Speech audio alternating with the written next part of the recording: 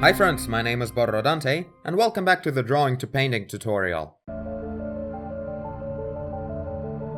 So it's been a while since the last episode of this, and you guys really wanted to talk about translucency and the reflected light in rendering, or at least talk about it more. We kinda touched that in the previous episode, so let's talk about that. Now, I was thinking, and the best way to work on this is to probably just render the face of the guy. So let's crop the image to just a portrait and render the skin of the face with this messed up mouth of his. It's gonna be awesome. So this is 100% scale. Let's stretch this thing. So now we're at this. Now, it's been so long since the previous episode that I'm like all different men now. I kind of don't sketch anymore. And rendering with the sketch on top is kind of alien to me. So I was thinking how to go about it. Like, how would I render the sketch today? Well, first of all, I wanna probably make the sketch color different. Let's make it brighter and actually colorize brighter and like red. So here we are, separate layer of sketch, separate layer of character, and the background. I'm gonna merge background and character together, because we're ballers like that now. Okay, let's clone it to be safe, because we're ballers like that. So, we have our basic colors defined, right? Colors for the materials. Let's probably define the colors of the wound and the mouth as well. Or do we? Okay, let's consider that as a detail, same as eyes and everything. The point is, right now we should really think about what kind of light we have. Because whatever we do, like the next step is shading really. Shading means working with light. So, for the sake of the tutorial, let's light up this face from the top. Like, perfectly from the top. So there would be like sharp shadows hitting down. And this light is really bright. And that's important. That's one thing that is kind of a little bit of a new discovery, or like a new nuance. That's kind of the point. Like, everything you do in visual arts, it's not about the knowledge, it's about the subtleties. Understanding how a little bit more or a little bit less of something you need to make things work. And if you don't know that, it's gonna be messed up. So, in order to have a beautiful rendering of reflected light and translucency, we need a strong, really bright light from somewhere. And we don't want it to be like straight from the front or something, because then the whole picture will be overexposed and we'll just have an overall pure white face and it's gonna be boring. So, in order to have translucency, you really have to think about a convenient lighting. So, to have that, we need the light that is really bright, but not covering too much of the character. Like, almost a rim light would also work if it would be like a little bit from the back in here, so we would have really brightly lit skin on the edge right here. And then we would have all kinds of translucency going on here, would be also looking cool. But in that case, like, all of this fun would be neglected. And I really want to go like dramatic, so from the top is really a cool way to render this, I think. So let's start. We'll define basic shadows. Like, I don't have a perfect plan for this, as usual, because as I realize, tutorial when you just narrate of what you know that you should be doing, it's always like you will be lucky if you would actually pay attention to 50% of what I say.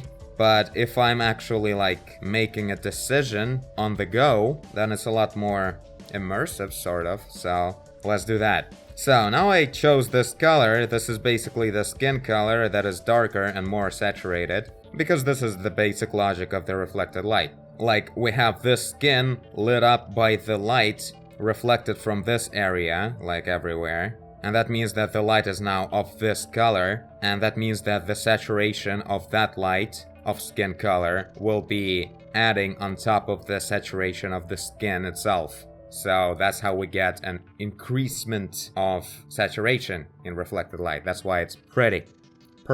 So I'm defining just basic shadows everywhere. They're not gonna be final, I think, but we'll see. So I remember previously I was rendering this guy with all the materials in different layers. You can totally do that still. Whatever, like, it's not a problem. If you would have like eyebrows in a separate layer, you wouldn't have to bother painting around them, and now I kind of have to do that. But my point is, right now, is that no silhouettes in here are really all that well done anyway. Like, if we look at it, you still have to, like, fix it. It doesn't look like a decent painting silhouette anywhere. It's gross. And the best way to define it better is by actually painting the details with consideration of what kind of silhouette we're looking for. The silhouettes are not defined, that's what I'm trying to say, so my kind of field of work.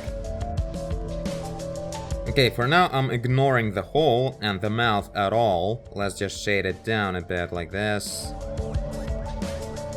Because whenever something is like a hole, like eyes as well, that thing will have completely different color, completely different geometry. It's not just some redness on the skin. It's a hole inside of the skin, and then there's a different object going on. So you can easily just paint it on top in the next step, after you define the main shading of everything. Like when you have already like not too bright of a skin to paint over, so you wouldn't have to like work around the silhouettes of that later or something. And if you're going for my style of work, like my style of the result, with really rich rendering of reflected lighting everywhere and all that, you don't have to like immediately make yourself giving up the layers and work without silhouettes, the thing that I'm always talking about. Because it's hard, maybe you need to learn other stuff, so like for now, like just the logic of everything and all. Totally cool, don't rush into a no layer technique.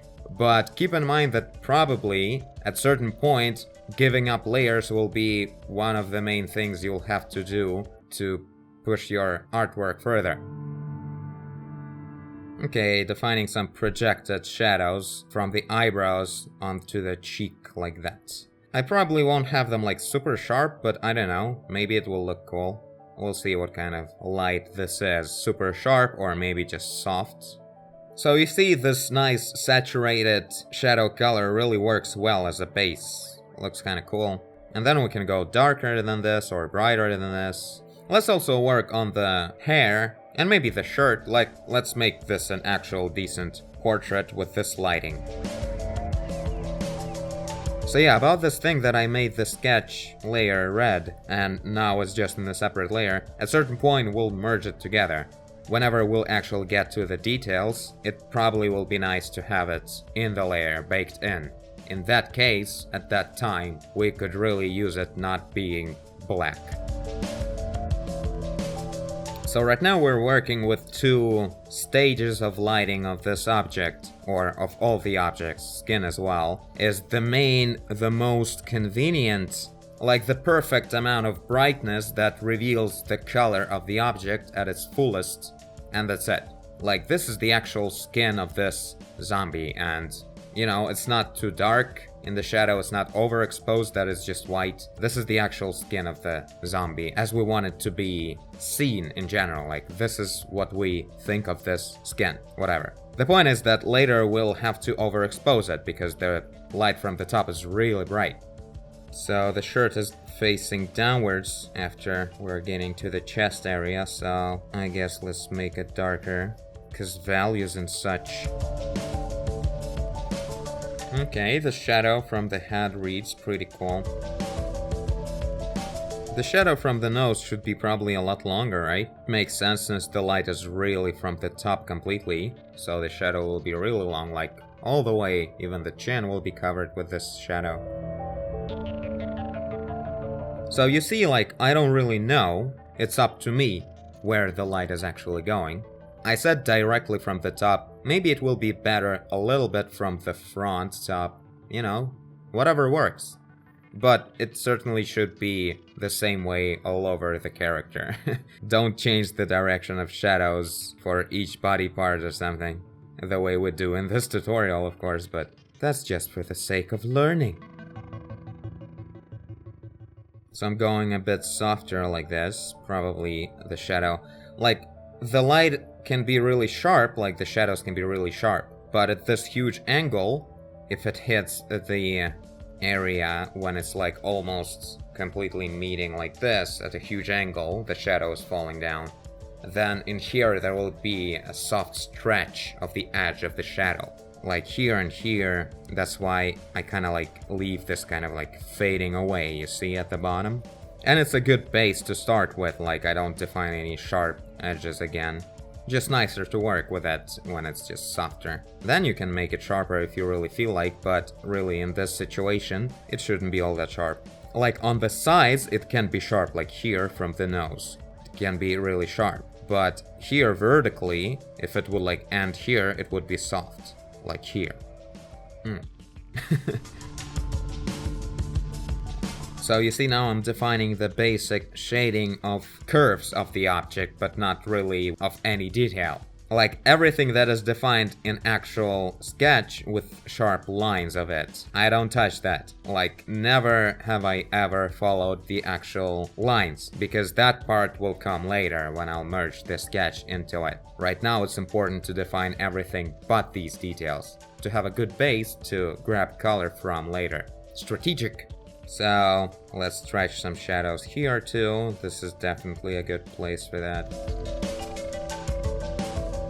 So let's add that super... Oh no, wait. Let's add shadows on the hair, right? So...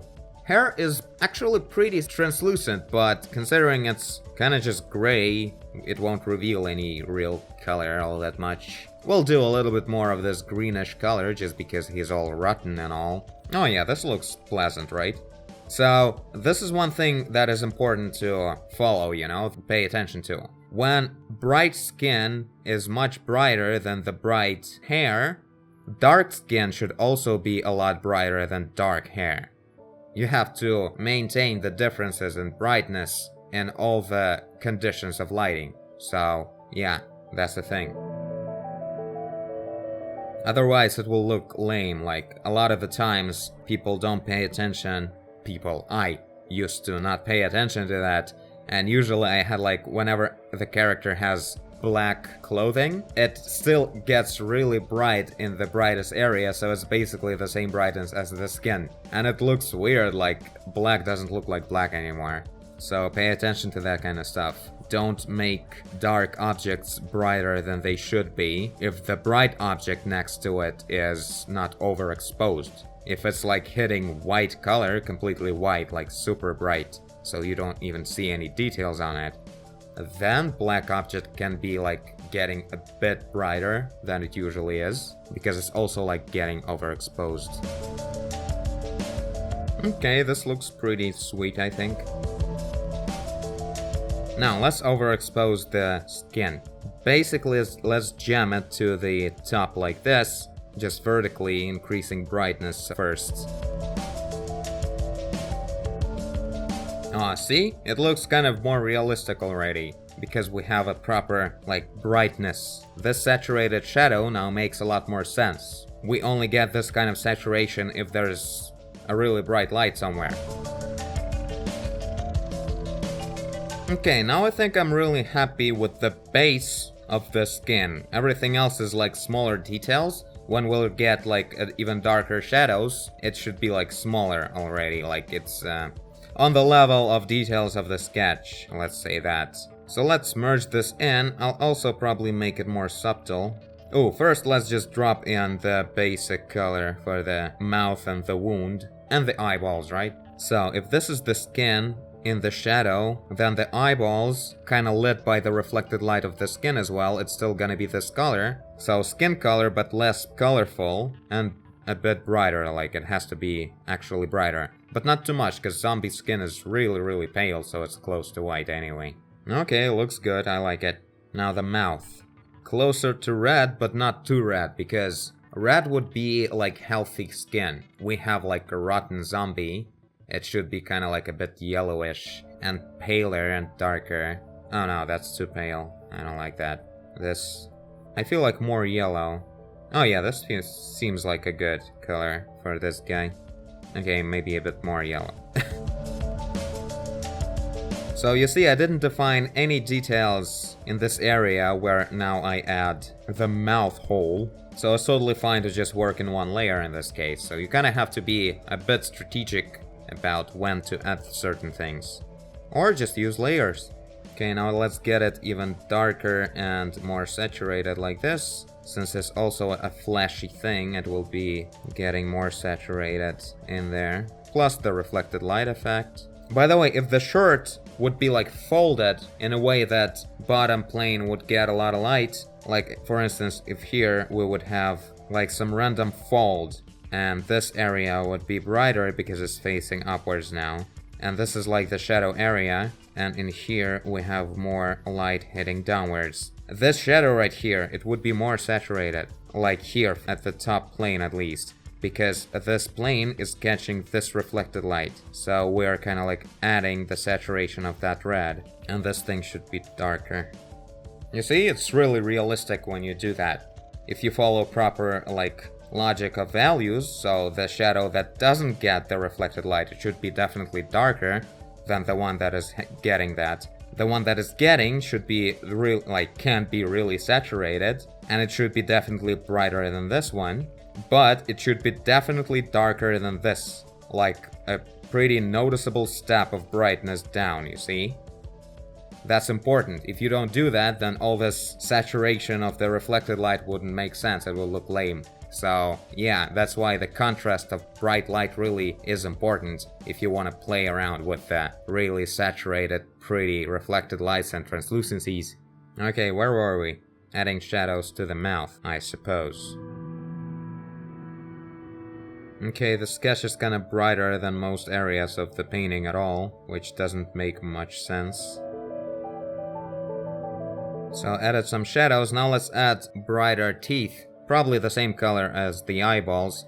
Can make it a little bit more yellow, cause bone and all. So in here we can really play with a whole bunch of different colors, cause, you know, different tissues and different stage of being decomposed and all. So that's a colorful area. Oh yeah, it already looks cool. With the teeth and all. Nice colors. I remember there's more teeth, right? Yeah, they're at the bottom. Haven't seen them. Now, you know what? I feel like I'll make a huge mistake if I'll merge this sketch with the painting. Because of all the hatching everywhere. Like, it will actually make so much more work for me to remove it. I really don't need these hatches here and here, like I will just waste time removing it. What's the point? Let's just keep it on top then. Totally fine. Let's make it black then, so we would see it clearer. Oh, nice. I mean, kinda gross, because just dirty black, but still. Okay, I really want to add deeper shadows in here and in the chin area, neck area. So let's do that. So this color, we just push it darker and more saturated. Basically the same curve we should follow from this to this. Let's even take our chances and make it even more saturated. It gets more and more saturated the darker it gets in this kind of situation, when there's just a lot of light reflecting in between the planes of the same material, like the same color. Because the darker it gets, that means the deeper the fold of the geometry is, and the more reflections the light should make in order to reach that depth. And the more reflection there is, the more of the color of the object it adds on and on. So saturation increases more and more. And that's where all the prettiness comes in. Nice. Now, there shouldn't be any noticeable detail of the shadow area around the chin, because there's no excuse for that to happen. So basically, the neck should probably be a little bit darker than the chin, because chin is facing right at this area where it's catching the reflected light. So the neck, being vertical, has a bigger angle, so it will be probably a bit darker. And that's it. No silhouette is possible. Now let's make the lips have a different color. A bit redder, a bit darker. So we're grabbing the color of the skin, as it's supposed to be here, like really overexposed. Push it a bit closer to red, a bit more saturated, and noticeably darker. And same thing for the darker skin color. A bit closer to red, a bit more saturated, and darker. If you work in separate layers, you can use multiply mode. with a bright pink color. I could do this as well, like new layer, multiply this kind of color, and like let's make the nose redder. And that's it, that's all we need. It's already proper color in the shadow, in the bright area, and this is some kind of alcoholic. Let's actually add some redness like this. I don't mind. Definitely will save some time. Okay, cool. Merged it down, so let's move on in one layer again.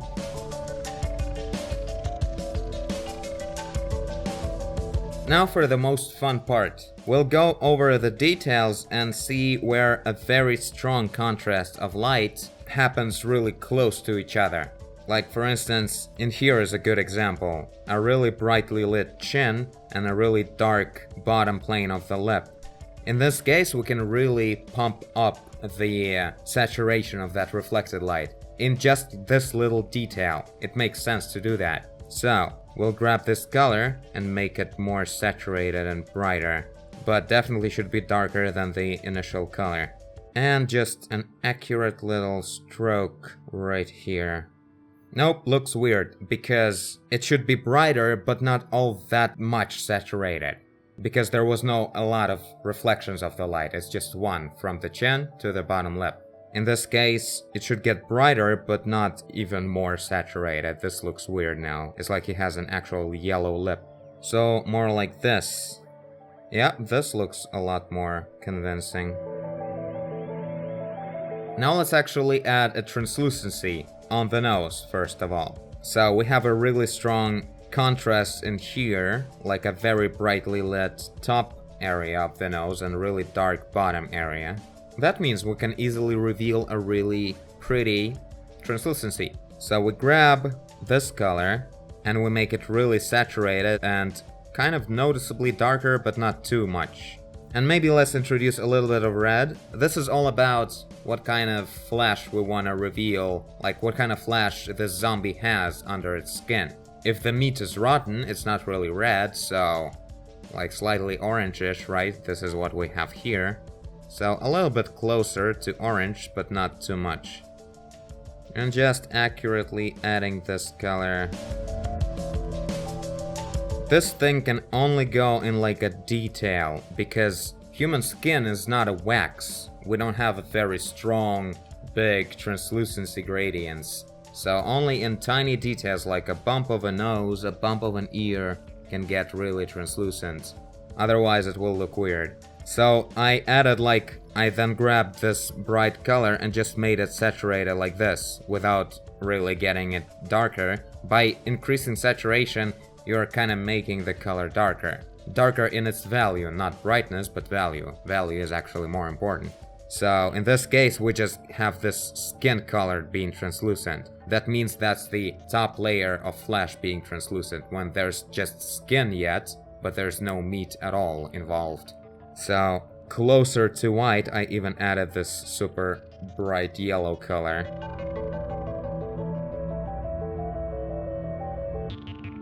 Okay, so I guess I said everything I wanted to say for the techniques of translucency and reflected light. So let's work on this portrait in the time-lapse mode.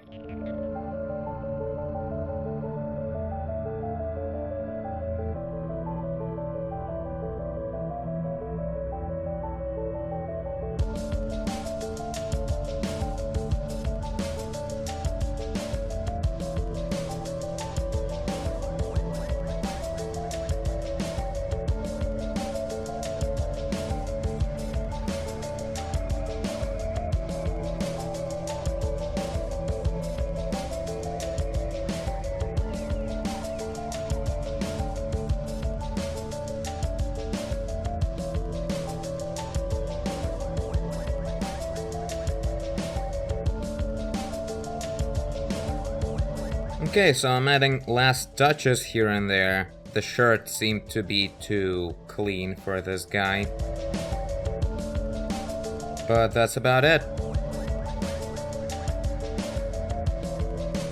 Oh, you look so pretty when I zoom in.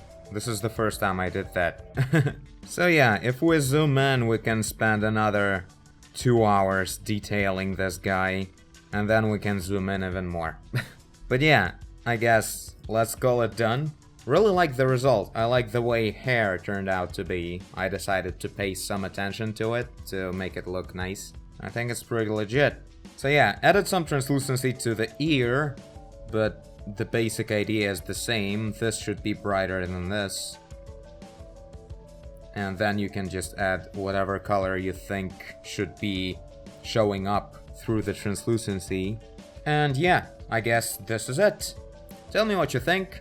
Ask more questions about translucency and reflected light. And also, share your ideas on what other tutorials to make, what you haven't yet seen in the Borrow School playlist.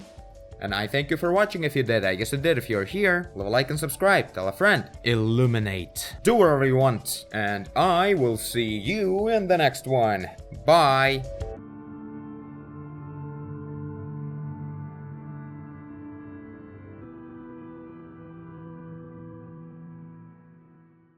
Kinda looks cool with the sketch on top as well.